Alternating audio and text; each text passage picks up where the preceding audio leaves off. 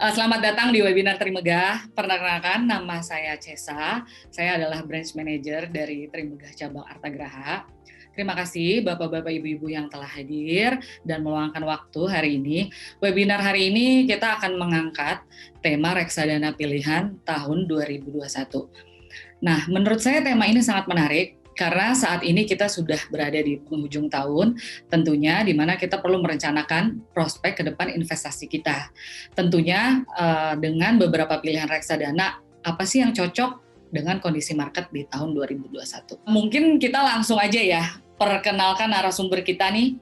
Sudah ada 2 narasumber kita. Yang pertama dengan Bapak Fahrul Fulvian.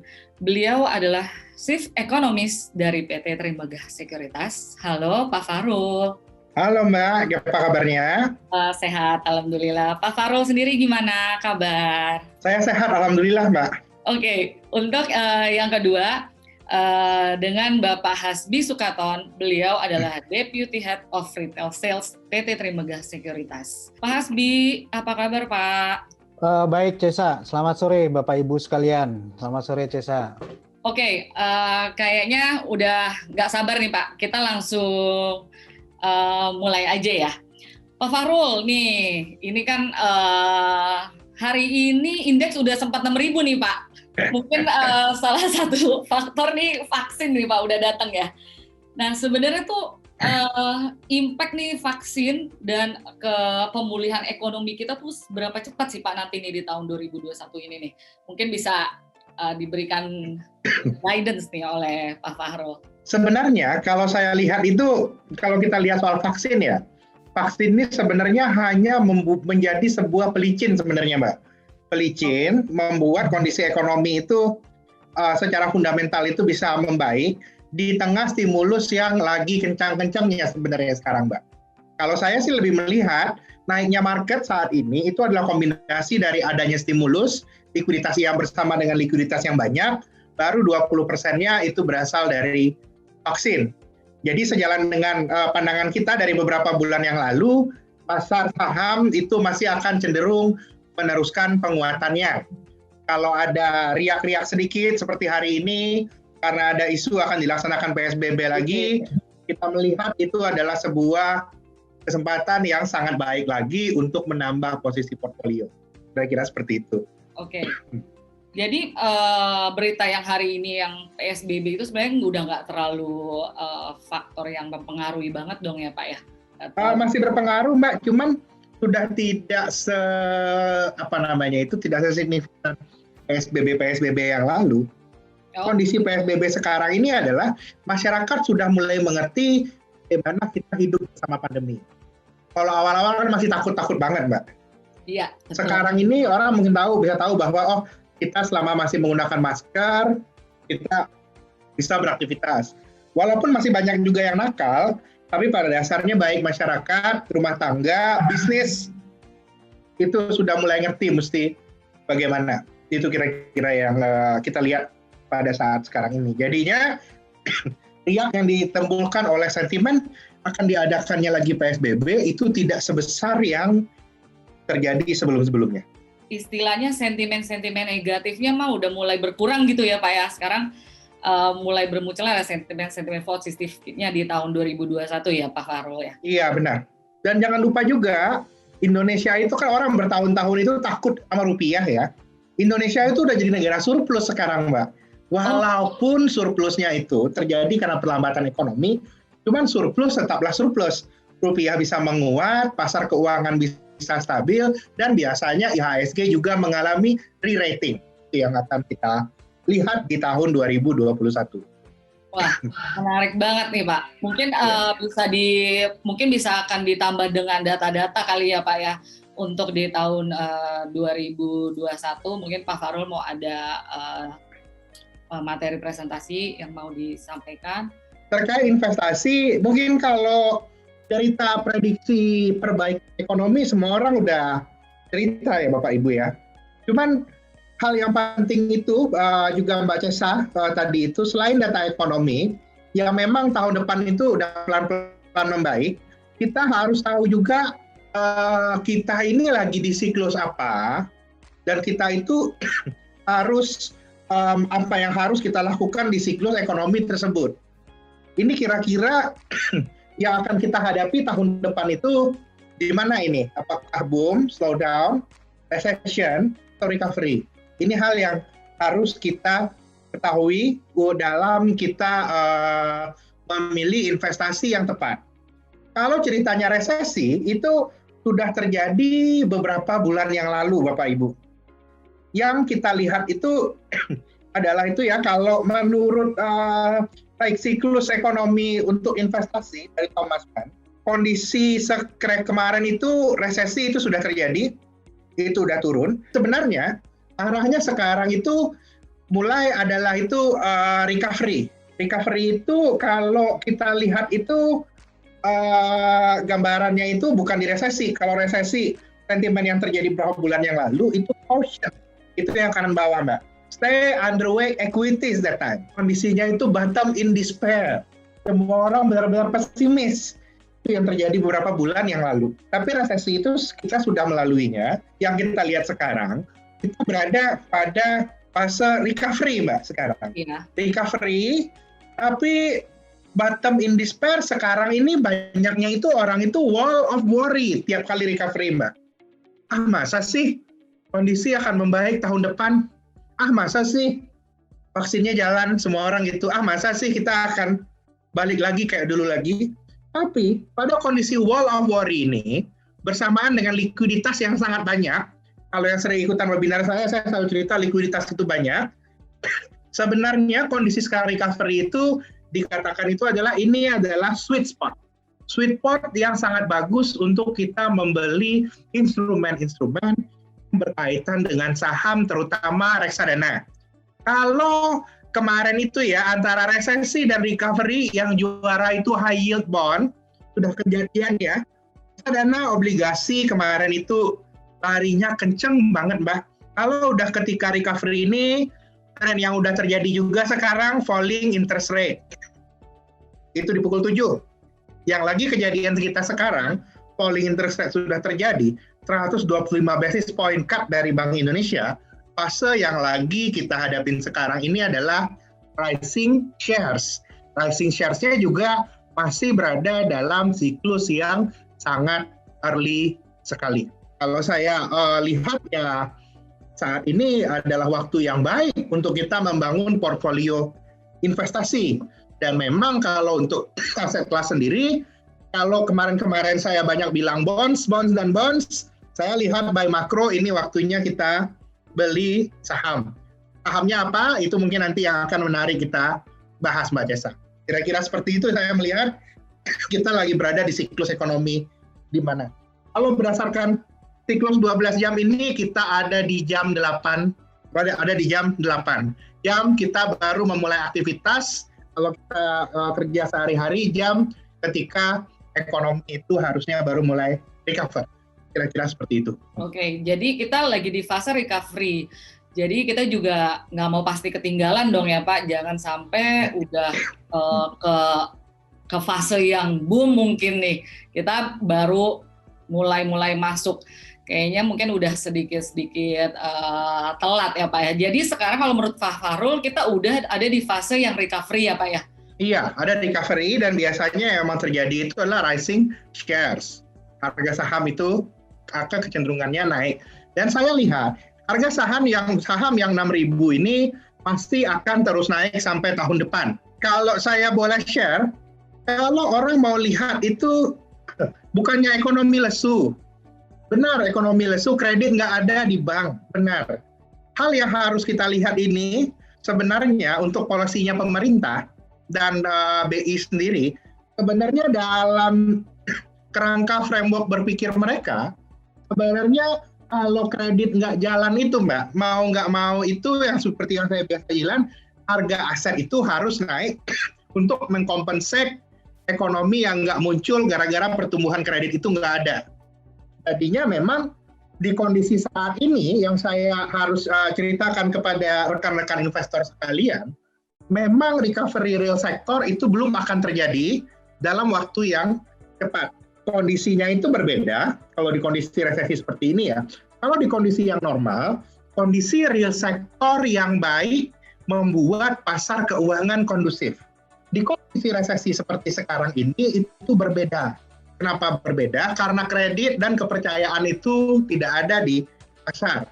Bagaimana cara mengembalikan kepercayaan itu?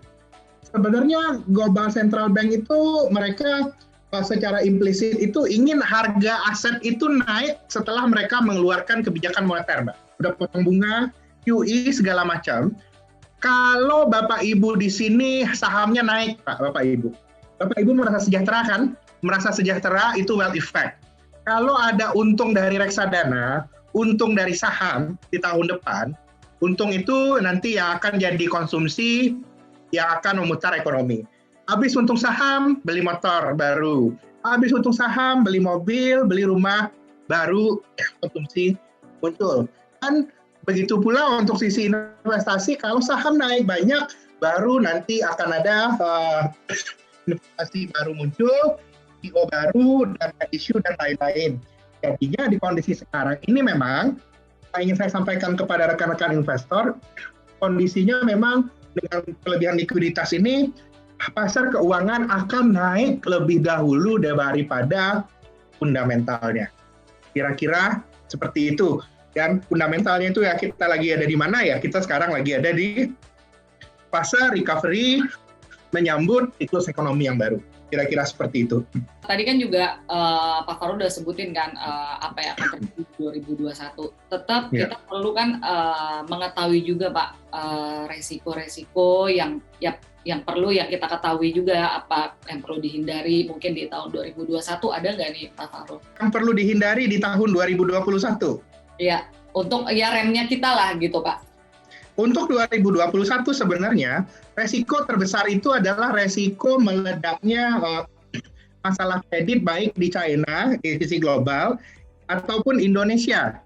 Tapi satu hal yang mesti kita lihat, Mbak, kekhawatiran ini normal. Tapi di satu sisi lain, yang di cara penyelesaian masalah yang dipilih oleh regulator di seluruh dunia, itu adalah tidak membolehkan adanya company yang too big to fail, company besar yang sistemik. Untuk hal ini membuat ekspektasi market yang ada saat ini, itu adalah market ini akan terus-menerus disupport oleh Bank Sentral dan policy-policy-nya, Mbak. Sampai akan kembali lagi ke economic boom itu nanti. Tapi apa konsekuensinya dari semua yang terjadi saat sekarang ini?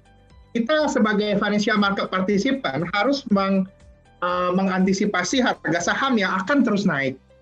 Tapi justru yang paling kita takutkan nanti itu, Mbak, di akhir tahun 2021, bagaimana kalau setelah vaksin juga kondisi ekonomi di mana-mana berangsur-angsur membaik.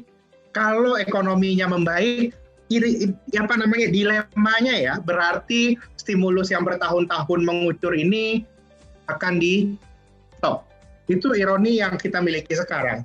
Justru nanti resikonya ketika ekonomi sudah benar-benar pulih, bisnis Bapak Ibu pulih, bisnis Bapak Ibu yang pulih itu akan menarik dana yang tadinya tersimpan di bank, di reksadana dan lain-lainnya kembali ke real sektor. Ironisnya itu nanti, Mbak, ketika ekonomi beneran sudah pulih maka pasar akan turun. Tapi sekarang kondisinya belum sampai ke sana. Kita baru recovery, dengan adanya kelebihan likuiditas ini kita harus mensupport ekonomi lewat harga saham itu meningkat, yield obligasi itu turun. Kira-kira seperti itu, Mbak. Pastinya kita lihat pada saat sekarang ini. Ya. Oke, berarti momentum nih Pak ya saat ini ya. Ini soal momentum, jadi kita harus pilih momentum dan next. Nah, nanti mungkin ini Pak Hasbi bisa membahasnya lebih dalam ya untuk reksadananya. Lalu kalau dari saya, secara makro, pada kuartal 1 itu, terutama ketika lagi early recovery ini, yang naik akan lebih banyak cenderung itu adalah large cap dulu, big cap. Big cap akan cenderung naik lebih banyak, karena juga akan ada didrive oleh flow dari investor asing. Tadinya di fase seperti sekarang ini saya menyarankan belilah instrumen investasi atau reksadana yang manajemen saham big cap-nya itu baik. Nanti ketika sudah mulai ada return-nya itu bagus, kondisi ekonomi sudah mulai membaik, credit risk turun, baru kita ke value stock. Atau mungkin ketika boom mulai ke late cycle sektor. Tapi kira-kira sekarang, kalau saya menyarankan kepada rekan-rekan sekalian untuk reksadana, mungkin carilah yang jagoan memanage company-company yang market cap-nya besar di IHSG. Karena seiring dengan kembalinya momentum investor asing masuk, yang akan lebih dahulu naik biasanya large cap yang market cap-nya besar duluan, baru later orang mencari value stock yang ketinggalan. Kira-kira seperti itu. Nah, itu fenomena ini ya. Kalau pada saat sekarang ini beberapa orang nanya sama saya, bukannya yang kecil banyak naik, kalau yang kecil banyak naik sekarang ini itu sebenarnya yang mikro banget kalau kita lihat. Yang market cap-nya dari 2T jadi 17T, kayak gitu kan lompatnya kejadian. Ya, itu even bisa kita kategorikan second liner, itu mikro. Itu mungkin ya butuh analisa yang lebih dalam, tapi untuk reksadana, untuk menjadi balance antara risk dan return, saya sarankan kondisi sekarang banyakin dulu di large cap-nya. Kira-kira seperti itu. Reksadana apa nih yang bisa menjadi pilihan di tahun 2021? Kayaknya kita perlu tanyanya sama Pak Hasbi ya. Pak Hasbi, ya. Jadi gimana nih Pak, dari yang sudah disampaikan Pak Fahrul nih, tahun 2021 nih menarik banget. Ya. Kira-kira tuh pilihan reksadana apa nih Pak yang cocok? Nih? Ya, pertama saya takjub ya tadi ngelihat slide ini ya. Menurut saya luar biasa sini Pak Fahrul ya. Pakai analogi jangan gitu ya. Pantesan Pak Fahrul makroekonominya canggih banget gitu. Jam tangannya aja bentuknya siklus ekonomi gitu ya. Biar ingat terus setiap lihat. Ya, saya rasa gini ya, kalau kita bicara tadi Pak Fahrul udah panjang lebar dan sangat clear tentang apa yang akan terjadi di tahun depan gitu ya. Prediksinya bahwa kata kuncinya adalah ini fase recovery gitu ya, recovery. Dan saya rasa kita semua sama-sama rasakan sih di capital market gitu kan. Bagaimana euforia itu sudah mulai muncul gitu ya. Bagaimana optimisme orang sudah mulai muncul dan banyak kepentingan. Saya rasa nggak hanya kita, tadi udah disampaikan juga Pak Fahrul, pemerintah juga ya Pak Fahrul ya. Iya. Pemerintah, pemegang kebijakan ya Bank Sentral semuanya kepengen aset-aset atau harga-harga aset ini naik gitu. Karena stimulus kan udah digelontorin gitu ya. Nah, saya rasa juga berbicara mungkin historical experience, rasanya setiap recovery itu adalah fase yang pertumbuhannya cepat gitu ya, dan harga aset itu terus naik gitu. Kalau ditanya tentang reksadana, saya rasa mungkin Bapak Ibu di sini ada yang baru newbie di reksadana, baru mengenal reksadana. Saya akan coba untuk nanti kita jelaskan apa sih yang kira-kira tahun depan boleh kita intip-intip nih. Dan mungkin sudah dimulai dari sekarang nih, karena ini udah tinggal effective day-nya mungkin tinggal berapa hari lagi untuk tutup tahun 2020. Izin saya sharing screen dulu ya, Cesa. Ya, Pak Hasbi, silakan. Okay. Ya, saya sedikit kembali ke basic kita sebelum nanti kita melangkah ke apa reksadana yang kita pilih untuk tahun depan. Bapak Ibu sekedar me-remind aja, pada umumnya reksadana ini secara jenis ya. Reksadana, ya saya bisa kelompokin ada 5, sebenarnya ada banyak ya, ada reksadana indeks dan segala macam. Tapi basicnya sebenarnya 5 reksadana ini ya. Jadi kalau dari potensi keuntungan dan potensi risiko, pasti paling rendah adalah reksadana pasar uang, ke atas sedikit ada terproteksi, ke atas sedikit reksadana pendapatan tetap, ke atas sedikit ada campuran, dan reksadana saham. 2 yang terakhir ini ada unsur sahamnya. Gitu ya. Jadi nanti kita akan pilih-pilih mana nih kira-kira dari semua reksadana di industri yang cocok untuk itu. Nah, kalau ditanya mana reksadana yang terbaik, balik lagi terbaik adalah terbaik bagi siapa gitu. Terbaik bagi saya belum tentu terbaik bagi Cesa, belum tentu terbaik bagi Pak Fahrul gitu kan. Masing-masing punya profil risiko, dan kuncinya investasi di reksadana adalah lakukan diversifikasi. Jangan taruh semuanya ke reksadana saham juga gitu ya. Tergantung dari profil risiko Bapak Ibu sekalian. Saya rasa untuk di sesi ini kita nggak akan panjang lebar bicara ke situ. Nah, saya mungkin kasih lapisan dulu. Kalau kita pilih reksadana yang terbaik ya, terbaik itu terbaik bagi kita gitu ya. Setidaknya ada 3 faktor penting nih Cesa yang harus kita perhatikan. Pertama, kinerja masa lalu pastilah ya. bagaimanapun itu penting untuk kita melihat bagaimana performance, atau kalau tadi Pak Fahrul bilang jago nggak nih si MI-nya ngelola gitu ya, pilih gitu ya. Tapi harus diperhatikan bahwa kinerja masa lalu itu nggak mencerminkan kinerja masa depan. Masa lalu ya sudah kejadian, ke depan itu ke depan. Tapi paling tidak kita bisa melihat kayak tahun 2020 deh katakanlah gitu, kan tahun yang sulit nih untuk siapapun berinvestasi ya, mengelola investasinya. Kalau yang hasilnya oke, kita bisa lihat nih jago juga nih. Tapi perlu didalamin lagi. Makanya return itu bukan segalanya kalau bahasa saya. Return bukan segalanya, harus diperhatikan unsur yang kedua itu apa? Pahami gaya pengelolaannya. Sama-sama reksadana saham itu beda gaya pengelolaannya, bisa berbeda gaya pengelolaannya ya. Ada yang isinya itu saham big caps atau saham-saham besar gitu ya. Tapi ada juga yang mungkin fokusnya lebih ke saham-saham dengan market kapitalisasi yang kecil menengah misalnya. Nah, ada banyak style. Pahami dulu karakternya tiap produk. Dan yang ketiga adalah sesuaikan tadi dengan tujuan, profil risiko dan kondisi pasar gitu ya. Jangan karena Pak Fahrul bilang tahun depan nih bullish nih equity gitu ya. Kita taruh uang yang untuk katakanlah untuk acara pernikahan di 8 bulan lagi gitu ya, atau 6 bulan lagi, cemplungin semua ke reksadana saham ya enggak juga gitu ya. Jadi pinter-pinter kita harus memilih dan mengatur portofolionya. Tapi setidaknya 3 ini yang selalu kami dari Trimegah Sekuritas sebagai selling agent selalu sampaikan ke Bapak Ibu nasabah, jangan cuma ngelihat return masa lalu. Return masa lalu penting, tapi coba perhatikan stylenya masing-masing. Cocok nggak style ini dengan Bapak Ibu, dan cocok nggak dengan kondisi pasar ke depan prediksinya ya. Nah, kenapa saya bilang return itu jangan dijadikan satu-satunya pertimbangan? Saya ada data menarik nih dari tahun 2010 sampai 2020 gitu ya. Ternyata setiap tahunnya kalau kita ambil rata-rata itu hanya ada kurang lebih 30% lah, 29 sampai 30% reksadana saham yang bisa mengalahkan IHSG di setiap tahunnya. On average ya, rata-rata. Memang pernah ada kayak tahun 2014 tuh 59% dari total reksadana saham tuh bisa ngalahin IHSG.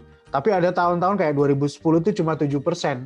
Artinya 93% tuh kalah dari indeks gitu ya performance-nya.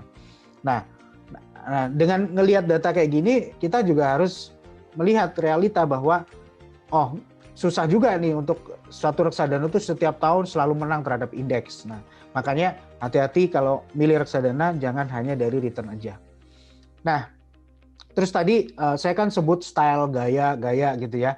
Gimana sih cara bisa tahu gaya pengelolaannya gitu kan? Kadang-kadang kita baca laporan kinerja, kita baca fund fact sheet gitu. Bahkan kita baca brosur reksadananya kayaknya nggak ada nih dijelaskan secara detail bagaimana stylenya masing-masing ya. Biasanya itu kalau dalam presentasinya fund manager baru kelihatan, fund manager akan jelaskan panjang lebar gitu ya. Nah, tapi saya punya tips yang sangat simpel untuk kita bisa melihat sebenarnya karakternya itu kayak apa. Contoh nih kalau reksadana saham, coba perhatikan pergerakan masa lalunya dia dan dibandingkan dengan IHSG gitu ya. Nah, saya sering ngomong pembaginya adalah yang berkorelasi tinggi dan berkorelasi rendah. Maksudnya apa? Kalau korelasi tinggi berarti dia kuat hubungannya sama IHSG pergerakannya. Biasanya ya pergerakannya itu yang sebelah kiri nih. Pergerakannya itu mirip banget sama IHSG. Ya, deviasinya nggak banyak, nggak jauh gitu. Simpangannya nggak banyak. Jadi inline gitu ya. Pergerakannya itu mirip. Nah, biasanya reksadana yang korelasi tinggi, ini reksadana tadi yang disebutkan Pak Fahrul, yang isinya itu kebanyakan saham-saham kapitalisasi besar, saham-saham big caps. Kenapa? Karena saham-saham kapitalisasi besar ini biasanya adalah penggerak dari IHSG itu sendiri. Makanya dia pergerakannya itu mirip. Nah, di titik ekstrim yang lain itu ada reksadana yang korelasinya rendah. Nah, biasanya reksadana seperti ini isinya itu kebanyakan adalah saham-saham kecil dan menengah. Pergerakannya pun bisa kita lihat ya, ini IHSG yang warna hijau. Yang lain nih ada contohnya Prospera saham SMC, ada Sukor Invest Maxi Fund. Itu korelasinya relatif rendah. Sehingga pergerakannya simpangannya juga jauh ya daripada IHSG-nya itu sendiri. Nah, biasanya dari sini kita bisa lihat ini karakternya atau stylenya itu perbedaannya di situ. Kemudian kalau reksadana pendapatan tetap gimana? Coba intip ininya, fund fact sheet-nya atau laporan kinerjanya. Isi portofolionya itu kebanyakan apa? Apakah kebanyakan obligasi negara atau SUN atau kebanyakan isinya adalah obligasi korporasi? Nah, biasanya perbedaannya itu aja. Kalau yang reksadana pendapatan tetap. Nah, biasanya yang isinya obligasi negara atau SUN itu indikasi returnnya atau katakanlah potensi returnnya memang dia biasanya bisa kasih lebih tinggi. Kayak tahun ini banyak reksadana berbasis SUN, reksadana pendapatan tetap berbasis SUN, itu semua di atas, rata-rata di atas 10%-an tuh. Returnnya sekarang ada 13%, bahkan ada yang 14%, 15% gitu ya. Tetapi biasanya reksadana yang isinya kebanyakan obligasi negara itu fluktuasinya lebih tinggi dibanding reksadana yang isinya adalah corporate bonds atau reksadana yang isinya obligasi korporasi itu biasanya stable. Kayak contoh di sini ada nama stabil, ada Trimegah Fixed Income Plan juga punya Trimegah Asset Management. Fluktuasinya atau volatilitasnya itu tidak setinggi yang isinya kebanyakan SUN. Ya, jadi stylenya itu yang perbedaannya. Kalau reksadana campuran bagaimana? Kalau reksadana campurannya agak susah ya, karena reksadana campuran itu dia fleksibel, dia bisa masuk saham, dia bisa masuk obligasi, ya dia bisa masuk pasar uang. Nah, apa cara membedakannya? Coba perhatikan benchmark yang dipakai. Biasanya di laporan kinerjanya tuh ada di fund fact sheet-nya.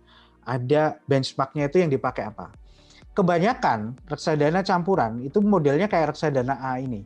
Ya, benchmarknya itu biasanya kombinasi misalnya IHSG 50%, deposito 6 bulan 50%, misalnya gitu ya, kombinasi dari itu. Nah, karakter reksadana yang seperti ini walaupun dia sebenarnya secara aturan boleh memiliki katakannya sangat fleksibel ya. Misalnya saham lagi jelek, dia boleh sebenarnya nurunin porsi saham sampai misalnya cuma 10% atau mungkin lebih kecil dari itu. Sebenarnya boleh. Tetapi karena benchmark yang dia pakai itu biasanya adalah IHSG 50% misalnya gitu, maka biasanya si MI tetap akan berusaha mempertahankan komposisi portofolio di sahamnya itu di kisaran 50% juga. Gitu loh. Karena benchmarknya adalah 50% IHSG. Nah, model yang lain ada lagi, reksadana campuran yang lain. Modelnya adalah yang benchmarknya itu angka absolut. Loh, apa itu? Bukan indeks tertentu, tapi biasanya contohnya ini ada reksadana campuran punya Trimegah Aset, itu namanya reksadana Balance Absolute Strategy atau disingkat BASTRA. Itu unik banget, Cesa. Benchmarknya bunga deposito 6 bulan ditambah 5%. Wah, pokoknya gimana caranya MI, misalnya kalau sekarang deposito tuh berapa? Mungkin 4% gitu ya, ditambah 5%. Berarti MI harus bisa meng-create return sebisa mungkin mengalahkan 9% di tahun tersebut gitu ya. Jadi harus lebih tinggi dari 9%. Kalau di bawah 9% berarti MI-nya kinerjanya nggak oke gitu ya. Kalau di atas 9% dia oke. Nah, dengan benchmark-nya itu angka absolut, maka MI itu punya keleluasaan untuk mengatur portofolionya. Biasanya reksadana campuran yang model begini itu sangat fleksibel. Kalau dia lihat, wah ini saham lagi nggak oke gitu ya, dia bisa aja benar-benar porsi sahamnya tuh diturunin sampai cuma 10% atau mungkin kurang dari itu gitu ya. Tapi kalau dia ngelihat kayak sekarang nih, wah bullish nih pasar sahamnya gitu ya, misalnya dia outlook-nya bagus gitu, dia bisa gedein lagi pasar saham, porsi sahamnya. Nah ini contoh yang reksadana campuran. Oke, nah sekarang kalau kita bicara 2021, kenapa? Tapi kalau yang Basra tadi agak beda ya Pak, berarti dia lebih banyak ke obligasinya gitu ya Pak ya? Ya, nanti saya akan jelaskan. Intinya adalah sebenarnya dia tidak harus memaintain posisi seperti yang di kiri gitu ya. Oke. Pokoknya bagaimana di dalam pikirannya MI itu saya bisa mengalahkan 9%. Benchmark yang saya harus lebih tinggi dari 9%. Bagaimana caranya? Apakah harus sekarang momennya saham bagus, banyakin sahamnya gitu kan? Itu fleksibilitasnya ada di MI untuk lakukan itu. Oh. Ya. Oke, saya lanjutkan. Nah, kalau 2021 tadi Pak Farul udah sampaikan, kayaknya kalau siklusnya recovery tadi gitu ya, itu yang siklus pertama ini nanti kan prediksinya indeks akan terus naik ya Pak ya. IHSG gitu ya. Nah kalau kita percaya bahwa IHSG itu terus naik, maka reksadana-reksadana yang cenderung punya nilai korelasi tinggi terhadap IHSG atau yang isinya kebanyakan adalah big caps atau saham-saham besar gitu ya, itu saya rasa sekarang menjadi pilihan yang menarik. Nah dari banyak reksadana yang bisa diakses di Trimegah Sekuritas, kita highlight 2 produk reksadana yang memang memenuhi kriteria ini dan kita strongly recommend ke nasabah. Pertama adalah kepunyaan Sukor Invest Asset Management, yaitu Sukor Invest Equity Fund. Kinerja 1 tahunnya saya rasa sudah positif sekarang gitu ya, kalau dibandingin dengan posisi 1 tahun kemarin. Sedangkan IHSG masih minus 3%. Nah ini saya lihat nih agak unik nih, Sukor Equity Fund. Pada saat kondisi-kondisi di mana indeks itu bearish gitu ya, dia biasanya tuh korelasinya tuh mirip nih sama indeks gitu ya, mirip dia. Tapi begitu bullish dia kencengin tuh, ya dia kencengin gitu. Nah biasanya di sini dia lebih aktif lagi untuk manage gitu kan. Nah tapi paling tidak ini menunjukkan 1 tahun terakhir dia sudah berhasil membukukan positif di saat pasar sahamnya masih negatif gitu. Unik, kenapa dia bisa lakukan ini? Ini sebenarnya stylenya dia mengkombinasikan antara saham-saham LQ45 dengan saham-saham pendorong alfa atau saham-saham ada unsur small mid cap-nya juga, ada unsur saham value stock juga gitu ya, saham-saham yang murah gitu ya. Tapi intinya pilar dia tetap 60% isinya adalah saham-saham LQ45. Sehingga apa? Sehingga walaupun di kondisi-kondisi kayak misalnya market udah rebound, dia bisa rebound kenceng, memanfaatkan yang 40% ini, tapi dia juga mempunyai porsi yang cukup besar di big cap stoknya, ya 60% di LQ45. Nah, kalau yang sebelah kanan ini Trump Consumption Plus, kalau Anda perhatikan pergerakannya mirroring banget ya, mirip banget sama IHSG. Nah, ini isinya memang kebanyakan big caps, dia maintain porsi tiap sektor itu mirip dengan porsinya di IHSG. Begitu juga katakanlah bobot dari tiap sahamnya dia maintain sama. Namanya Trump Consumption Plus sehingga ada tema sektoral juga di situ sehingga reksadana ini bobot di sektor konsumsinya setidaknya harus inline atau sama dengan IHSG. Nah, 2 reksadana saham ini yang kita sekarang terus katakanlah rekomendasikan ke nasabah karena jangan sampai potensi kenaikan IHSG ini nggak ditangkap nih ya. Nah untuk nangkep itu dengan reksadana ini tentu saja cocok. Kita lanjutkan. Nah di Trimegah Sekuritas kita juga mendistribusikan reksadana untuk pasar saham yang di luar negeri. Ya, jadi ini adalah reksadana di Indonesia sebenarnya. Ini adalah reksadana produk buatan di Indonesia tapi investasinya itu di luar negeri ya. Kita punya namanya Principal Islamic Asia Pacific Equity ya. Ini reksadana dari Principal Asset Management. Kalau kita perhatikan di sebelah kanan ini grafiknya, tahun ini IHSG ini agak late ya data yang saya ambil, itu sampai 20 November kemarin, harusnya sekarang udah lebih rebound. Tapi kalau kita perhatikan sampai 20 November kemarin itu indeks kita masih minus 11%. Reksadana ini positif 12%. Kenapa? Karena dia berinvestasi di negara-negara Asia Pasifik kecuali Jepang. Memang indeks saham di negara-negara tersebut pada tahun ini tumbuh positif gitu ya. Nah, kenapa? Salah satunya yang menarik adalah gini. Salah satunya yang menarik adalah saya rasa ini bagus banget untuk kita diversifikasi juga. Kita nggak bicara tentang pasar Indonesia saja gitu ya. Kalau kita bicara recovery kan ini recovery juga terjadi di seluruh dunia. Dan di beberapa negara Asia Pasifik ini mereka mempunyai keistimewaan yang katakanlah di pasar Indonesia itu nggak punya. Contohnya mereka sangat kuat di saham-saham teknologi, ya. Saham-saham teknologi, e-commerce gitu ya. Di Alibaba misalnya contohnya gitu, teknologi seperti misalnya Tencent misalnya, itu saham-saham yang sektor-sektor yang katakanlah di bursa kita itu nggak terlalu besar. Kemudian mereka juga strong di sektor-sektor seperti healthcare gitu ya, itu juga cukup kuat di sana. Jadi kalau istilahnya yang pernah saya dengar ini adalah new economy gitu ya, ekonomi baru gitu. Nah jadi ini bisa sebagai alternatif juga. Cuma reksadana ini mata uangnya dalam dolar ya, jadi membeli dan pencairannya semua dalam mata uang US dollar. Kemudian selain reksadana saham, nah kita juga sekarang rekomen reksadana campuran loh, gitu. Kenapa? Positioningnya mungkin begini.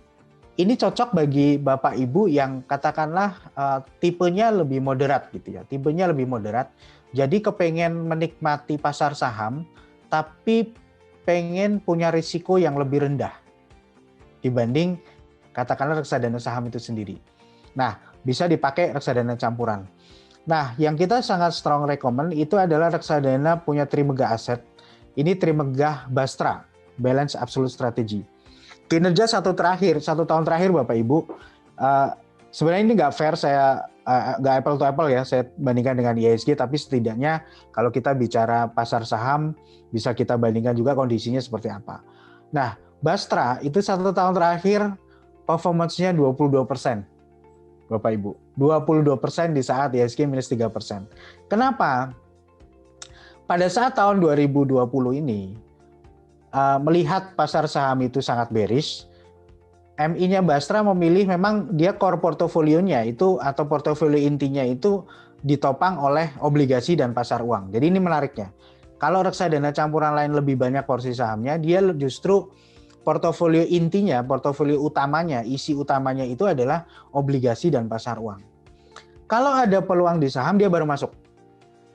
Kalau peluang di saham itu dia ngelihat justru ada risiko turun, atau katakanlah nggak begitu bagus, porsinya saham dia akan kecilin. Ya. Jadi sempat kayak tahun di bulan Maret atau April itu porsi saham mungkin cuma 10-15% ya dari total portofolio. Makanya dia cukup bisa bertahan saat indeks itu turun, dia turunnya kecil. Tapi pada saat bullish, dia pun bullishnya bisa ngikutin nih kalau kita ngelihat ya. Cukup kencang. Kenapa? Karena dia memanfaatkan momentum-momentum di saham. Ini unik sekali. Dan di industri saya rasa produk reksadana campuran dengan tipe seperti ini nggak banyak ya. Nggak banyak. Saya bisa sebut mungkin yang paling kelihatan si Bastra ya. Si Bastra melakukan strategi itu dengan baik. Kemudian yang kedua juga kalau Bapak Ibu katakan saya nggak suka yang isi portofolionya itu kebanyakan obligasi gitu. Saya pengen udah sekalian aja reksadana campuran tapi yang memang ke saham. Sesuai dengan tema tadi kita bicara big caps rasanya masih oke. Ada reksadana campuran yaitu bisa saya sebutkan Maybank Dana Berimbang punya Maybank Asset Management. Ini fokusnya pemilihan sahamnya adalah pada saham-saham IDX 30 ya. Ada indeks di bursa Indonesia namanya IDX 30, itu isinya adalah saham-saham 30 saham kapitalisasi yang terbesar ya. Salah satu yang terbesar di industri 30. Nah, ini juga bisa dimanfaatkan. Kemudian kalau reksadana pendapatan tetap, walaupun tadi Pak Fahrul sampaikan bahwa kayaknya kalau untuk kita upside-nya mungkin nggak terlalu tinggi ya Pak, kalau obligasi ya, mungkin bisa konfirmasi Pak Fahrul tahun depan. Maksimum reksadana obligasi 10% lagi naiknya saya lihat tahun depan Pak. Masih ada ya, masih ada kans di situ. Masih ada, cuman upside reksadana saham lebih tinggi. Upside reksadana saham lebih tinggi. Nah, tapi bagaimanapun Bapak Ibu kan mungkin ada yang memang profilnya exposure ke reksadana fixed income juga harus ada gitu ya. Nah, kita propose sekarang justru reksadana yang basisnya itu obligasi korporasi. Temanya adalah untuk kestabilan hasil investasi ya. Tadi dengan pergerakan historicalnya kita bisa lihat yang isinya obligasi korporasi itu biasanya nggak terlalu fluktuatif. Ada dua produk yang kita propose di sini adalah pertama Trimegah Fixed Income Plan, ini punya Trimegah Asset Management. Ya, ini sejak peluncuran returnnya dari Mei 2019 itu sekitar 11,62%. Memang tidak terlalu tinggi, tapi ada keistimewaan dari produk ini di mana ada fitur asuransi jiwa di situ. Jadi Bapak Ibu kalau beli reksadana ini itu tercover oleh asuransi jiwa. Jadi ahli waris itu nggak hanya dapat katakanlah nilai investasi yang diwariskan gitu ya, tapi juga ada uang pertanggungan asuransi jiwa yang nilainya adalah sebesar dari saldo investasi. Jadi kalau kita invest 200 juta, amit-amit terjadi sesuatu gitu ya, ahli waris kita bisa mewarisi 200 juta tadi dan ditambah lagi 200 juta. Jadi 400 juta. Jadi 2 kali lipat. Kalau saya bilang kalau kita invest di sini setiap bulan 10 juta sebenarnya kita sedang menabung 20 juta per bulan. Gitu. Analogi sederhananya begitu. Selain dari Trimegah Fixed Income Plan juga ada reksadana isinya obligasi korporasi dan nama stabil, ini punya Sinarmas Asset Management. Fokus pada obligasi korporasi. Kalau kita ngelihat grafiknya jangka panjang cukup stabil ya pergerakannya gitu. Dan kebetulan 1 tahun terakhir masih bisa kasih performance sekitar 9%. isinya obligasi korporasi ini. Oke, jadi kurang lebih itu yang saya bisa sampaikan. Apa saja rekomendasi ya atau katakanlah pilihan-pilihan reksadana yang bisa kita ambil di tahun depan. Dan terakhir untuk reksadana pasar uang kita semakin komplit ya. Jadi reksadana pasar uang di Trimegah ada pilihan bagi Bapak Ibu, ada yang pengen settlement-nya cepat gitu ya. Saya pengen liquid gitu ya, sangat cepat. Kita sudah ada produk reksadana yang settlement-nya itu T+0. Jadi kalau Bapak Ibu redeem ya, pencairkan di bawah jam 9 pagi itu sekitar sore itu dananya udah bisa diterima. Jadi cepat banget. Dan ada juga yang standar ada T+1, ada yang T+2 juga. Jadi itu bisa dipilih. Jadi redeem sekarang, duitnya besok masuk. Nah, sekedar penyampaian juga, kalau tadi saya bilang style, saya bilang macam-macam gitu ya, tentang karakter, tentang bagaimana mengevaluasi, bagaimana kita memfilter reksadana. Kita sudah share knowledge ini di Trimegah e-learning ya. Jadi Bapak Ibu bisa juga akses ke www.tel.co.id, bisa juga di-download di aplikasinya di Android ya, tel.co.id, Trimegah e-learning. Di sini kita bisa secara free mengakses video-video terkait reksadana. Jadi di sini ada contohnya nih videonya Pak Agustinus Gerald ya, atau Pak Gary. Ini adalah fund manajernya reksadana Bastra. Jadi dia yang mengelola reksadana campuran Bastra. Di situ dia jelaskan stylenya, bagaimana cara dia mengelola reksadana ini. Ada juga ini Pak Billy Budiman, ini adalah fund manajernya Sukor Invest Equity Fund. Dan Pak Ibu bisa perhatikan di situ ada Pak Antoni Dirga juga, Direktur Utama Trimegah Asset Management. Yang terakhir ya, mudah-mudahan nggak bosan ya untuk lihat, kita juga banyak video-video basic learning tentang reksadana di situ. Kurang lebih itu, Cesa, panjang lebarnya. Ada video Pak Hasbi juga nih, kayaknya di style nih ya Pak ya. Mudah-mudahan nggak bosan ya untuk lihat. Ya. Oke Pak, tadi Pak Hasbi udah lengkap banget nih untuk ngejelasin jenis-jenis reksadana, mulai dari saham sampai pendapatan tetap maupun campuran. Tapi ada satu nih Pak yang bikin penasaran. Di tahun ini kan kita cukup banyak mengeluarkan reksadana terproteksi karena salah satu pilihan juga untuk para investor memilih reksadana terproteksi mungkin dari segi resiko atau profil resikonya ya Pak ya. Nah, untuk di tahun 2021, apabila kita ingin memilih produk reksadana terproteksi lagi nih Pak, sebenarnya underlying yang baik untuk reksadana proteksi seperti apa sih? Mungkin ini cocok ke Pak Fahrul sih ya. Pak Fahrul, mungkin Pak Fahrul lebih tepat nih untuk jelaskan. Boleh jawab Pak. Terakhir dengan reksadana terproteksi ya Mbak ya. Kalau untuk reksadana terproteksi sih saya menyarankan kalau untuk tahun depan itu di awal-awal tahun itu sebenarnya adalah waktu yang cocok untuk melihat, untuk kita berburu reksadana terproteksi, tapi kita harus benar-benar melihat underlying-nya itu perusahaan apa. Kita mesti lihat dulu ratingnya bagaimana, sekalipun yield-nya bagus tapi ratingnya tidak terlalu bagus, kita harus melihat lagi prospeknya ke depannya bagaimana. Karena memang di kondisi sekarang ini Mbak, kalau untuk reksadana terproteksi, makin sulit kita mendapatkan reksadana dengan tingkat imbal hasil yang menurut definisi masing-masing itu kompetitif. Karena benchmark interest rate-nya juga sudah sangat rendah. Jadinya itu masih menarik, tapi kita harus benar-benar bisa memilah-milah reksadana mana yang hendak kita beli. Oke, jadi rating juga harus diperhatikan ya Pak Fahrul? Rating harus diperhatikan dan prospek juga Mbak. Kayak misalnya gitu. Ada reksadana perusahaan ini single A tapi dia ekspor dan didukung pemerintah. Why not kan kita invest ke instrumen yang seperti itu. Dan mungkin menambahkan, jadi kalau kita nganalisa obligasi gitu ya, sebenarnya kan MI itu tugasnya dia udah menganalisa gitu kan ya, tapi tidak ada salahnya waktu kita ditawarkan reksadana terproteksi, pasti kita kan harus tahu juga isinya apa sih, karena biasanya kalau reksadana terproteksi kan isinya obligasinya nggak banyak, bahkan ada yang cuma satu gitu ya, paling-paling banyak 2 gitu isinya. ditanyain aja isi obligasinya itu sebenarnya apa gitu kan. Nah, saya rasa kalau obligasi itu cara nganalisanya agak sedikit beda ya Pak ya dengan equity ya. Yang paling penting tuh cash flow-nya atau gimana Pak? Mungkin bisa dijelaskan Pak kalau misalnya. Kalau Mungkin untuk ada obligasi yang paling penting itu cash flow Pak, kemampuan bayar. kemampuan bayar ya. Kemampuan bayar dari Kemampuan bayar sebenarnya emiten gitu orientasinya. ya. Ya. Lebih lihat cash flow, EBITDA to interest coverage itu yang kita lihat. Sama kira-kira yang kita harus lihat itu dalam 3-5 tahun lagi tenor obligasinya, itu mereka bisa ngebayar obligasi kita nggak?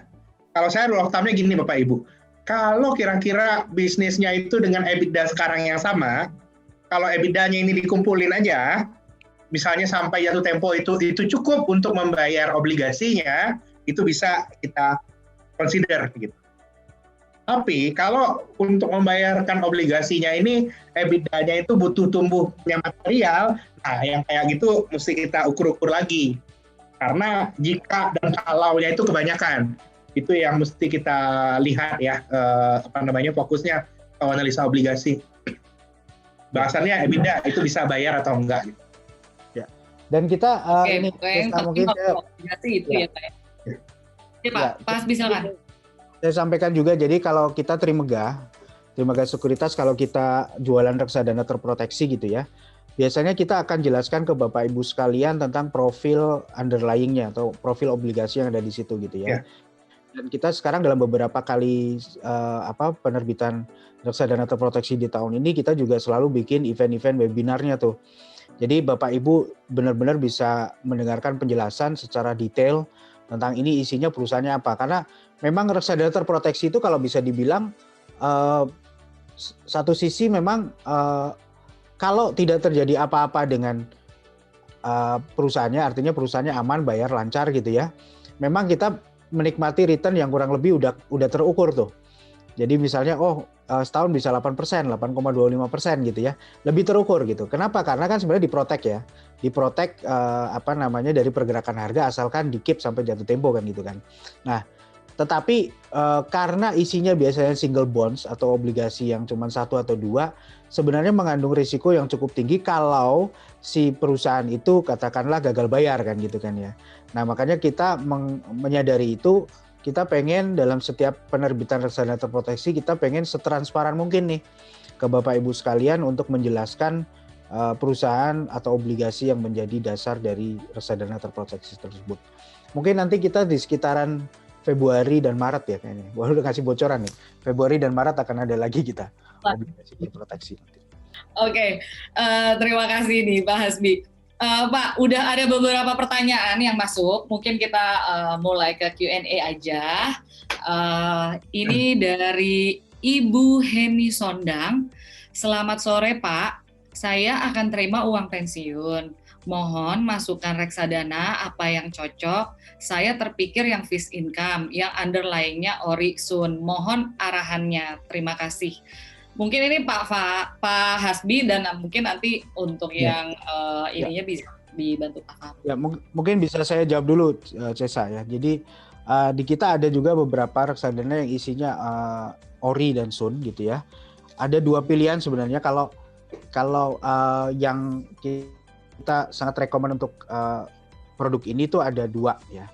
Pertama adalah punyanya Manulife Asset Management, itu namanya Manulife Obligasi Negara Indonesia 2 kelas A. Oh, panjang banget ya. Manulife Obligasi, memang namanya panjang tuh. Manulife Obligasi Negara Indonesia 2. Moni 2 kita juga distribute. Kenapa istimewanya? Ini produk yang udah cukup lama, isinya konsisten di surat utang negara gitu ya. Terus dia juga salah satu reksadana pendapatan tetap yang terbesar dari sisi dana kelolaan di industri. Jadi kurang lebih itu mungkin dia sekarang peringkat 3 atau 4 ya. Peringkat 3 mungkin terbesar di industri untuk dana kelolaannya gitu kan. Itu yang bisa dipilih. Kemudian tapi kalau yang Moni 2 ini memang isinya lebih banyak obligasi negara yang jatuh temponya lebih panjang gitu ya. Jatuh temponya lebih panjang. Tahun ini lumayan kok, dia tahun ini sekitar berapa ya, 13% atau 14% ya returnnya year to date ya. Jadi cukup tinggi. Nah kalau misalnya Pak Fahrul bilang bonds rasanya masih ada upside lagi 10%, ini juga masih menarik sih sebenarnya di tahun depan ya. Tapi mungkin nggak setinggi tahun ini, mungkin ya Pak ya, bonds-nya ya. Udah nggak setinggi tahun ini ya. Tahun ini itu masih ya, tapi oke. Nah, ada juga reksadana berikutnya yang isinya Sun juga, isinya obligasi negara juga, tapi tenornya atau jatuh temponya si obligasinya itu lebih pendek-pendek gitu. Jadi risikonya lebih rendah gitu.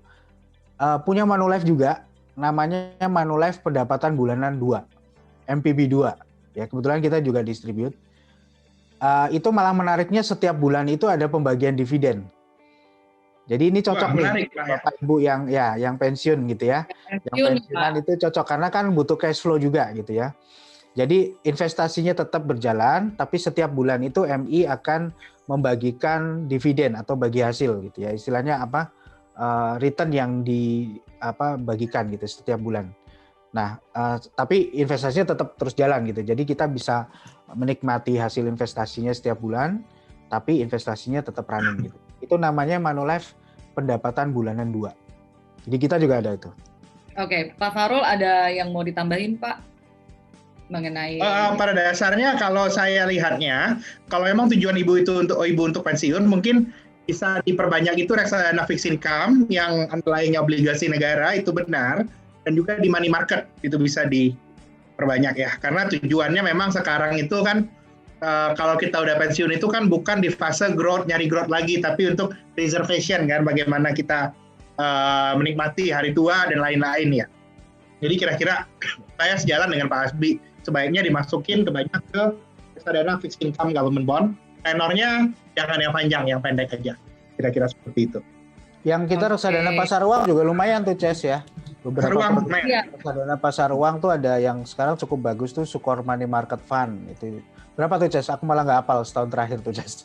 Sekitar masih di 6%-an ya lebih ya. Sekarang di 6,7% Pak Hasbi. Wow, masih net ya. Masih net. Iya, masih net. Kalau reksadana kan kita net. Ya, jadi spread-nya di atas deposito jauh ya, masih cukup menarik sih. Kita lanjut Pak, karena lumayan nih pertanyaannya yang masuk. Pertanyaan kedua dari Bapak Rudi Eng, bagaimana strategi alokasi uang untuk investasi untuk produk reksadana? Bagaimana kita mitigasi resiko biar serendah-rendahnya maksudnya? Kalau alokasi investasinya ya, pertama mungkin saya jawab dulu untuk alokasi investasinya. Tentu saja ini benar-benar harus disesuaikan dengan profil risikonya Bapak Ibu sekalian gitu ya. Dan tujuan investasinya apa? Balik lagi kalau kayak tadi seperti misalnya contohnya udah pensiun ya, mungkin ya jangan yang bikin deg-degan gitu ya. Jadi alokasi katakanlah ke pasar uang dan katakanlah ke fixed income itu harus lebih besar. Mungkin kalau mau nyicip-nyicip yang ke reksadana saham, porsinya jangan gede-gede lah, 20%-nya cukup misalnya gitu ya.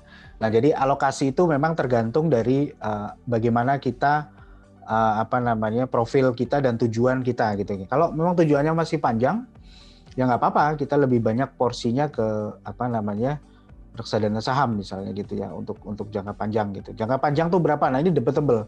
Panjang tuh berapa gitu ya, berapa tahun ya. Ya rata-rata kalau orang bilang misalnya di atas 5 tahun panjang ya, kita agree aja lah gitu ya. Karena kalau 5 tahun ya cukup lama ya. Nunggu 5 tahun juga lama gitu ya. Saya rasa kalau untuk kebutuhan yang lebih dari 5 tahun itu cocok untuk banyak porsinya di saham.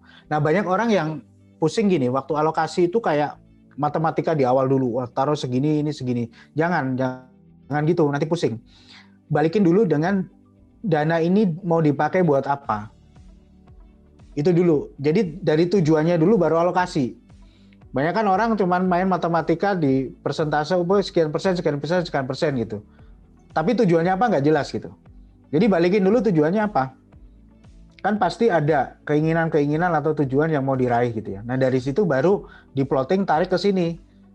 Katakanlah yang masih milenial mau beli rumah dalam 5 tahun ke depan gitu ya. Ya udah nilai rumahnya itu berapa gitu.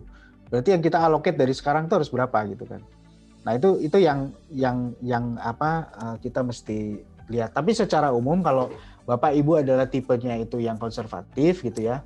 Saya rasa alokasi di pasar uang, di fixed income itu mungkin 60-70% itu oke lah. Porsi kenaikan reksadana rata-rata ada tidak Pak di internet? Jadi bisa research dulu. Nah, kebetulan kita kan juga ada aplikasi namanya Trima. Nah, di dalam Trima itu juga ada rekomendasi nih mengenai saham, reksadana, atau info-info yang bisa kita cari. Itu salah satu fitur yang ada di Trima. Nah, untuk lebih jelasnya, kita saksiin dulu ya Pak video mengenai Trima Ideas ini.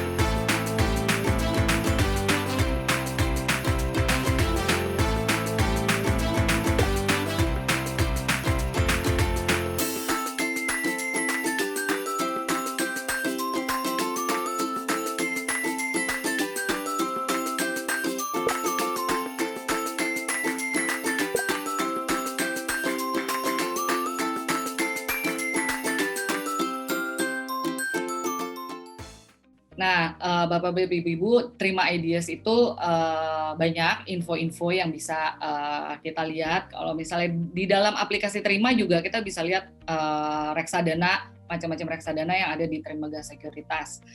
Mungkin itu bisa menjawab nanti pertanyaan dari Bapak Robi Chandra. Kita lanjut lagi. Tadi disebut MI bisa tidak taruh di saham pada reksadana Bastra. Apakah nggak menyalahi prospektusnya? Pak Hasbi, mungkin bisa bantu jawab. Ya, mungkin saya sampaikan dulu bahwa reksadana Bastra ini secara ketentuan di prospektusnya dia bisa berinvestasi di semua aset kelas baik saham, pasar uang maupun obligasi itu dalam koridor 1% sampai dengan 79%. Gitu ya. Jadi kalau pertanyaannya apakah bisa nggak punya saham sama sekali, nggak bisa. Karena minimal dia harus 1% ada di saham. Gitu ya. Yang saya maksud tadi adalah dia pada saat kondisi sahamnya nggak oke, misalnya dia bisa turunkan gitu. Tapi nggak sama sekali nggak ada di saham karena dia harus memaintain minimal 1% gitu. Minimal 1% di saham. Tapi saya rasa kalau 1% ya nggak ngaruh ya. Itu sama aja kayak nggak ada gitu. Kecil banget 1% gitu ya. Tapi so far sih dari reksadana Bastra ini kan belum lama ya. Reksadana Bastra ini baru dari tahun 2019 kemarin. Jadi kurang lebih itu sekitar 1,5 tahunan lah ya produk ini ada. Saya lihat sih secara historis nggak pernah juga sampai benar-benar 1% gitu ya. Tapi kurang lebih 10% tuh pernah gitu. Tapi dia jarang lebih dari 50%. Itu jarang gitu. Jadi porsi sahamnya benar-benar kayak dia ambil kalau ada peluang aja.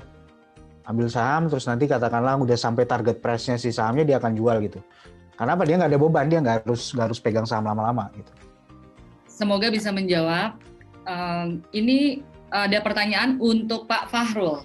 Pak, resiko-resiko apa yang kemungkinan ada di 2021 dalam hal saham? Karena komoditi atau mining seperti nikel naik terus. Bagaimana risiko dibanting seperti zaman 2005 dulu? Batu bara dan lain-lain. Satu hal yang mesti kita ingat, harga komoditas yang naik sekarang ini Bapak Ibu, itu juga merupakan produk dari adanya stimulus yang sedang digenjot oleh pemerintah di seluruh dunia. Saya lihatnya, resiko terbesar di tahun depan itu ada dua. Yang satu, stimulusnya tidak sampai sehingga terjadi credit crunch.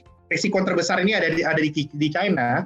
Terus yang kedua, risiko yang harus kita lihat itu adalah bagaimana kondisinya kalau ternyata vaksinnya, misalnya bagus banget ini ceritanya. Saya nggak cerita vaksinnya jelek ya. Kita lihat justru kalau vaksinnya bagus banget, ekonominya itu beneran jadi bagus di akhir tahun 2021, lalu stimulusnya dicabut. Saya justru lebih takut dengan hal itu dalam bidang investasi, Mbak. Itu yang kita lihat itu resiko terbesar di 2021. Itu yang kita lihat. Kalau mau yang lebih teknis lagi, salah satu tanda-tanda bahwa resiko stimulus itu bisa dicabut adalah harga minyak terbang ke atas 100. Kalau sekarang aja 50-60 saya nggak takut, kalau sampai ke 100 itu real risk. Karena ini terkait juga dengan isu geopolitik global. Ini yang sama-sama harus kita waspadai di tahun depan. Oke, masuk pertanyaan Pak Hasbi nih kayaknya. Pak, adakah produk yang memenuhi halal? Mungkin maksudnya yang syariah kali ya Pak Hasbi. Nah, Ya, ini kita belum ngobrolin syariah nih. Mungkin Pak Hasbi bisa. Ya, karena sebenarnya banyak ya reksadana yang kita pilih karena mungkin keterbatasan waktu juga forum, jadi kita hanya pick beberapa yang mungkin temanya sangat sesuai dengan tahun depan gitu ya. Tapi kalau udah bicara reksadana syariah tentu saja ada. Jadi di semua jenis reksadana itu semua juga ada yang syariah gitu ya. Mau reksadana pasar uang, mau reksadana saham campuran pendapat tetap tuh ada. Kalau yang reksadana saham tuh contohnya ada juga Trim Syariah Saham, kemudian Sukor Invest Equity Syariah, ya itu juga performance-nya cukup bagus. Kemudian untuk campuran itu ada Trim Syariah Berimbang, itu juga punya Trimegah Asset Management. Pendapatan tetap itu kita ada produk Insight Haji Fund, iHajj. Itu unik tuh produknya. Reksadana pendapatan tetap, tapi dia setiap tahun itu membagikan 1% dari biaya manajemen fee yang diterima gitu ya. Jadi 1% dari dana kelolaan gitu ya. Itu disumbangkan untuk memberangkatkan orang naik haji atau umroh. Itu ada tuh. Insight iHajj, iHajj namanya. iHajj Syariah. Terus pasar uang juga kita ada Trimegah Kas Syariah. Jadi di kita juga udah cukup lengkap untuk pilihan produk-produk syariahnya. Pak, ada yang mau tanya dengan Bapak Martin. Saya mau bertanya, kalau sebagai trader ada istilah cut loss. Apakah di reksadana ada istilah tersebut, Pak Hasbi? Ya. Boleh bantu dijawab. Gini, kalau tujuannya cut loss kan kita jual rugi nggak apa-apa karena melihat bahwa prediksi ke depannya ini akan terus turun lebih dalam. Jadi daripada rugi lebih besar, saya cut loss dulu segini gitu ya. Perlu dilihat bahwa nature-nya reksadana dengan nature-nya investasi di reksadana dengan nature-nya kita trading saham secara langsung itu dua hal yang berbeda menurut saya. Pertama harus disadari bahwa reksadana itu dalam satu reksadana, apalagi kayak reksadana saham misalnya, di dalam reksadana saham itu isinya bukan hanya satu saham. Isinya itu bisa puluhan saham. Ya, bisa 40 saham, 50 saham gitu.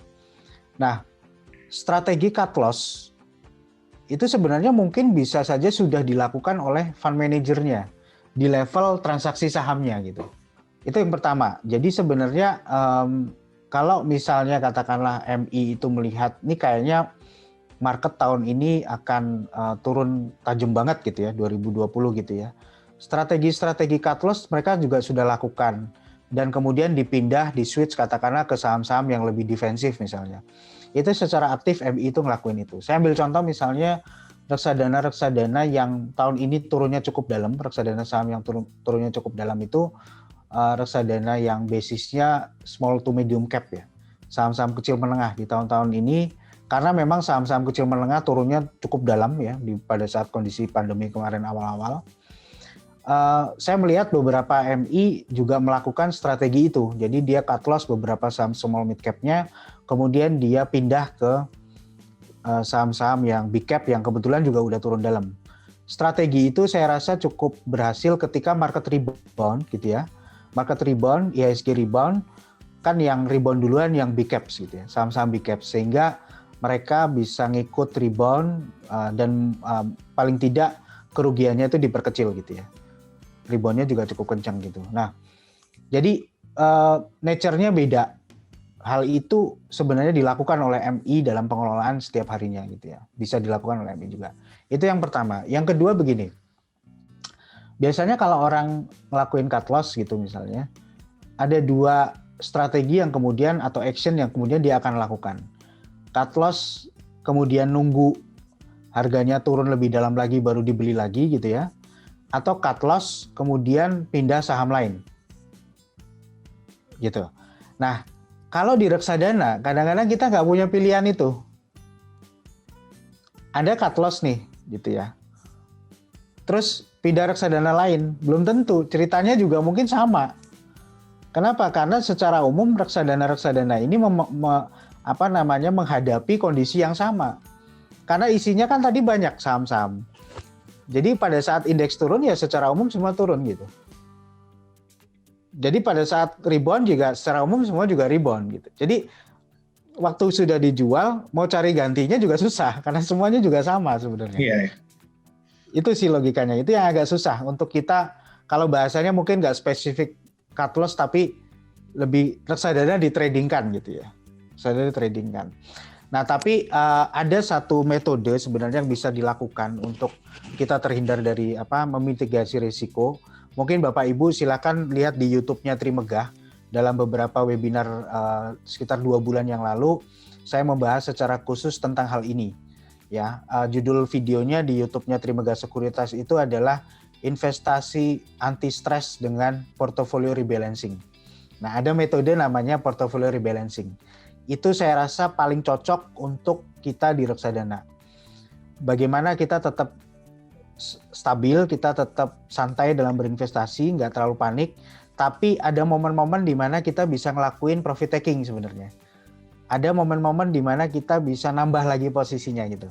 Tapi dengan cara yang sangat sederhana, gampang dilakukan, dan bikin kita tenang. Silakan tonton videonya Bapak Ibu. Sudah ada, itu dari 2 bulan yang lalu. Kita upload di YouTube Trimegah Sekuritas. Sekalian subscribe ya. Ada Gitu. Ada namanya portfolio di hotel juga ada. Di Trimegah e-learning juga ada. Jadi selain di Trimegah Sekuritas, kalau Bapak Ibu masuk ke www.tel.co.id, di situ di bagian basic learning, Bapak Ibu bisa lihat, kebetulan saya juga yang ngisi adalah tentang portfolio rebalancing. Itu strategi yang bisa kita pakai. Gitu kurang lebih. Oke. Lanjut lagi ke pertanyaan. Halo Pak, selamat sore. Saya mau tanya, reksadana mana yang cocok untuk milenial nih, Pak Hasbi? Nah, oke. Reksadana mana yang cocok dengan milenial? Kalau milenial sebenarnya range usianya sebenarnya agak panjang, tapi boleh saya mungkin mengasumsikan katakanlah untuk yang di bawah 30 tahun. Selama ini orang tuh banyak yang berpikir bahwa orang yang muda itu cenderung lebih siap untuk menghadapi risiko investasi dibanding orang yang lebih tua. Orang yang udah mau masuk fase pensiun atau yang udah pensiun itu harusnya lebih konservatif dibandingkan anak-anak yang muda, apalagi yang milenial. Saya perhatikan dan memang ini ada teorinya Bapak Ibu, namanya konsep life cycle investing. Faktanya nggak begitu selalu. Jadi kuncinya biasanya bukan di usia. Kuncinya adalah di tingkat kekayaannya. Seberapa besar tingkat kekayaannya untuk memenuhi semua kebutuhan dia dari passive income. Seberapa kekuatan passive income yang dimiliki itu menentukan seseorang. Saya ambil contoh gini. Anak milenial yang katakanlah baru lulus kuliah, baru awal kerja, itu seringkali punya kebutuhan yang sifatnya lebih jangka pendek loh. Nah ini yang kadang-kadang nggak dipahami. Kebutuhannya itu lebih jangka pendek. Contoh, ya mau nikah kan tinggal berapa tahun lagi gitu ya. Nah kebutuhan nikah setahun lagi. Kebutuhan beli kendaraan, gitu kan. Kebutuhan mulai mikir rumah. Itu sifatnya horizonnya itu lebih pendek-pendek.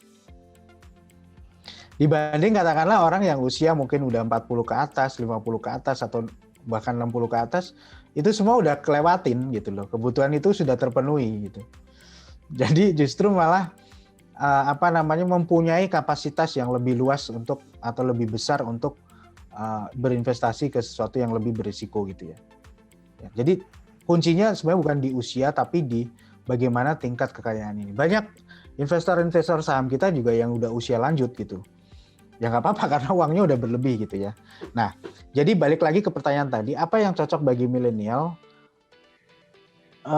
Tentu saja bisa Anda breakdown tujuan-tujuan atau kebutuhan apa yang sebenarnya Anda pengen fulfill gitu. Coba di mapping, di inventarisir, jangan-jangan banyak kebutuhan-kebutuhan Anda itu yang sifatnya itu jangka pendek. Nah, kalau memang kebutuhannya banyak jangka pendek, tentu saja investasi yang cocok ya reksadana pasar uang, reksadana pendapatan tetap gitu ya. Nah, kalau ada yang katakanlah 3 tahun atau 5 tahun lagi baru dipakai misalnya gitu, ya Anda bisa boleh pilih campuran atau reksadana saham. Saya kira itu bisa cocok gitu ya. Jadi clue-nya di situ ya. Jangan terjebak dengan masalah usia terus semuanya harus cocok ke saham gitu. Belum tentu. Belum tentu. Oke, Pak. Masih bisa lanjut lah ya. Kita pertanyaan hari ini lumayan cukup banyak. Ya. Sore Pak, terkait saham, indikator apa untuk menentukan cut loss? Apakah terkait waktu atau percentage kerugian? Portofolio saham saya sudah 2 tahun masih merah. Reksadana saham, mungkin reksadana sahamnya ini posisinya saat ini masih merah gitu. Nah, apa yang harus Ibu Yunita ini lakuin nih Pak Hasbi? Apakah melakukan cut loss atau melakukan averaging down? Nah, mungkin Pak Hasbi bisa bantu jawab. Ya, kita mengasumsikan ini reksadana saham ya, karena pertanyaannya saham, Jesa. Iya Pak, reksadana saham ya, kita Mas. Ya, balik lagi kalau reksadana saham, kalau ini reksadana saham, coba Ibu perhatikan reksadana saham yang dimiliki itu, ya. Coba dibandingkan dengan pergerakan dari IHSG, itu dulu. Coba lihat karakternya. Kalau dia itu memang follow atau mirroring IHSG, ya, saya rasa ya sekarang bukan tempat untuk cut loss sih. Ya, kalau view-nya Pak Fahrul tadi atau kita yakini tahun depan adalah tahunnya equity, saya rasa bukan waktunya untuk cut loss, malah justru ditambah gitu ya. Gitu kan. Tapi kalau misalnya katakanlah secara masa lalu itu perbedaannya cukup jauh ya, saya rasa ada flow-nya nanti. Berarti isinya banyak kan small mid cap. Ada flow-nya nanti di mana setelah big cap-nya naik mestinya small mid cap gantian ya Pak Fahrul ya. Iya. Ya. Jadi gini, kemarin juga saya sore baru teleponan dengan nasabah ditanyai hal yang sama gitu. Tapi posisinya si nasabah kebetulan udah untung gitu. Sudah untung. Jadi gimana nih Pak, apa di profit taking nggak gitu? Terus saya bilang, Pak atau Bu, kemarin sih Bapak-Bapak ya, Pak, investasi di saham itu kan ada momennya. Kalau kita mau ngomong kan saham itu kan bukan yang terus naik setiap waktu gitu. Seperti siklus ekonomi juga sebenarnya. Nah, jadi kalau kita udah ngelihat sekarang siklusnya recovery gitu. Ya justru ini kan sebenarnya yang ditunggu-tunggu oleh kita semua gitu. Untuk investasi pada saat ekonomi itu recovery gitu. Justru jangan pada saat sudah di top-topnya, udah di puncak-puncaknya ekonomi siklusnya tadi. Kalau bahasa Pak Fahrul tadi di awal, di saat apa Pak Fahrul? Bisnis real sudah berjalan bagus gitu ya. Bisnis real udah berjalan bagus, malah justru kencengin beli saham ya. Hati-hati justru. Itu kebalik Pak, salah siklusnya balik ya. Kebalik gitu. Ya. Ya namanya orang invest gitu ya. Namanya investor yang mau cuan gede kasarannya gitu ya. Itu adalah mereka yang berani ya kan melakukan investasi di saat aset itu harganya belum mahal. Kasarnya gini aja, kalau beli tanah misalnya gitu pengen untung gede gitu ya. Ya jangan yang udah mahal gitu. Ya, cari yang murah gitu kan, yang murah tapi ada potensi naik gitu. Dan pada momen yang tepat kan gitu misalnya. Nah ini sama, di saham juga gitu. Jangan nunggu aset itu mahal semua baru kita invest. Ya udah telat. Tinggal tadi siklusnya jam tangannya Pak Fahrul menuju apa tadi? Menuju fase slowdown. Nah udah. Menuju jam berapa Pak? Jam 1, jam 2 ya Pak ya? Udah mulai 1 jam 2 Pak. Udah jam 2 malam Pak, udah sepi Pak. Nah, kita ingat-ingat aja nih, ini bagus banget dari Pak Fahrul. Kita sekarang di jam 8 malam gitu. Jam 8 malam. Jam 8 malam tuh ya masih sinetron masih tayang lah gitu. Sinetron masih tayang. Sinetron masih tayang, kalau yang party baru mau mulai Pak. Nah, yang party baru mau mulai Pak. Yang party baru mau mulai kan Pak Fahrul. Ya, jam 1 malam udah capek, jam 2 bubar. Itu yang penting. Nah itu siklus-siklusnya bisa diperhatikan juga. Jadi memang ya kita harus pintar-pintar, namanya investasi, betul. Investasi reksadana itu investasi jangka panjang, terus yang nggak ribet karena ada MI yang mengelola gitu ya. Tapi ya kita juga harus harus juga ngelihat lah, paling tidak ngelihat nih siklusnya kayak gimana gitu ya. Kalau misalnya, nah memang tapi gini ya, ini sering saya mungkin bisa bilang ini problemnya kita di investasi reksadana atau investor reksadana. Kalau saya tunjukkan ke nasabah misalnya, let's say lah misalnya di bulan kemarin lah, bulan Mei, Juni gitu ya, waktu masih parah-parahnya indeks kita masih di bawah gitu. Saya tunjukin ke nasabah tabel reksadana saham misalnya gitu. Itu semua returnnya 1 tahunnya tuh minus semua gitu, merah semua gitu ya. Nah, kalau ngelihat merah itu biasanya suasana hati kita malah justru nggak minat gitu loh untuk invest. Nah itu lucu gitu. Coba bayangkan kalau waktu itu orang beli. Tapi kalau kita tunjukin tabel, isinya tuh udah hijau semua, itu malah justru kepancing beli. Nah itu hati-hati itu. Ya. Itu paling bahaya itu Pak, beli di pucuk Pak, paling bahaya itu Pak. Beli di pucuk gitu. Ya, setahun ya, setahun nih kemarin 15%, 20% gitu ya. Terus wah beli deh gitu. Padahal mungkin kondisinya tahun depan sudah berbeda. Nah itu yang kita harus hati-hati juga gitu. Makanya sering harus dibalance juga dengan kondisi. Gak kerasa nih Pak, udah mau di akhir acara. Terima kasih banyak untuk Bapak Hasbi dan Bapak Fahrul. Insight-insightnya semoga tema diskusi kita kali ini bisa bermanfaat untuk para investor. Nah, sebelumnya mungkin saya ingin memberikan conclusion nih dari paparan Pak Hasbi dan Pak Fahrul.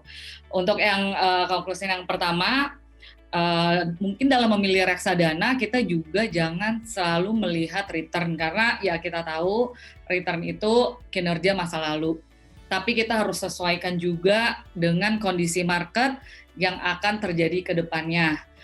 Dan tentunya harus ditopang juga dengan fund style ya Pak, karena begitu banyak reksadana, jenis reksadana, tapi ya kita harus lihat nih dari gaya pengelolaan MI-nya nih tepat nggak, sesuai nggak dengan kondisi market yang akan ada di 2021.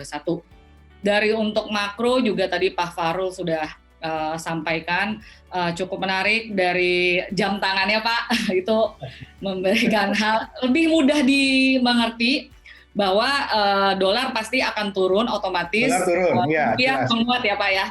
Dan aset dalam negeri terutama pasar saham ini mungkin akan menguat di tahun 2021, dan alokasi investasi sebaiknya berorientasi pertumbuhan untuk di tahun depan. Ya Pak Fahrul ya. Oke, kami mengucapkan banyak terima kasih kepada Bapak Ibu yang telah hadir dan mengikuti Trimegah webinar pada hari ini. Sebelum mengakhiri acara ini, bagi Bapak Ibu yang ingin membuka rekening, kayaknya banyak Bapak Ibu di sini yang belum menjadi nasabah Trimegah di acara webinar kali ini. Jadi kalau misalnya Bapak Ibu ingin membuka rekening secara online, bisa melalui www.trimegah.id, atau Bapak Ibu juga bisa dapat menghubungi call center kita atau datang ke cabang-cabang Trimegah Sekuritas yang ada di Jakarta. Ada satu di Artagraha, ada di Kelapa Gading, juga ada di BSD untuk yang Jakarta. Bisa langsung datang. Oke, oh ya jangan lupa untuk mendownload juga Trima itu adalah Trimegah Investment App. Yang tadi kita udah putar videonya itu, yang di dalamnya ada fitur Trima Ideas gitu. Nah, Bapak-bapak, Ibu-ibu bisa download untuk yang Android di Play Store, dan untuk yang iOS bisa di App Store. Nah, di situ nanti banyak ide-ide investasi yang bisa diupdate setiap harinya. Kadang-kadang ada Pak Fahrul juga ya Pak, yang mengisi podcast juga. Ya. Oke, dan jangan lupa tadi sudah juga disebutkan oleh Pak Hasbi, kalau kita pengen belajar online untuk terutama investor-investor yang pemula atau yang advance gitu, di tel.co.id kita Trimegah e-learning ini itu sangat terstruktur. Mulai dari yang mungkin kita investor pemula untuk beginner sampai yang memang sudah advance, semua ada di situ. Nanti tinggal lihat di playlist atau search gitu, dan juga ada emiten-emiten dan bisnis model di dalam Trimegah e-learning ini. Oke, besar harapan kami paparan dan diskusi pada hari ini dapat memberikan manfaat kepada Bapak dan Ibu semuanya. Sampai berjumpa lagi Bapak Ibu di webinar-webinar series kita berikutnya. Terima kasih, stay safe and stay healthy.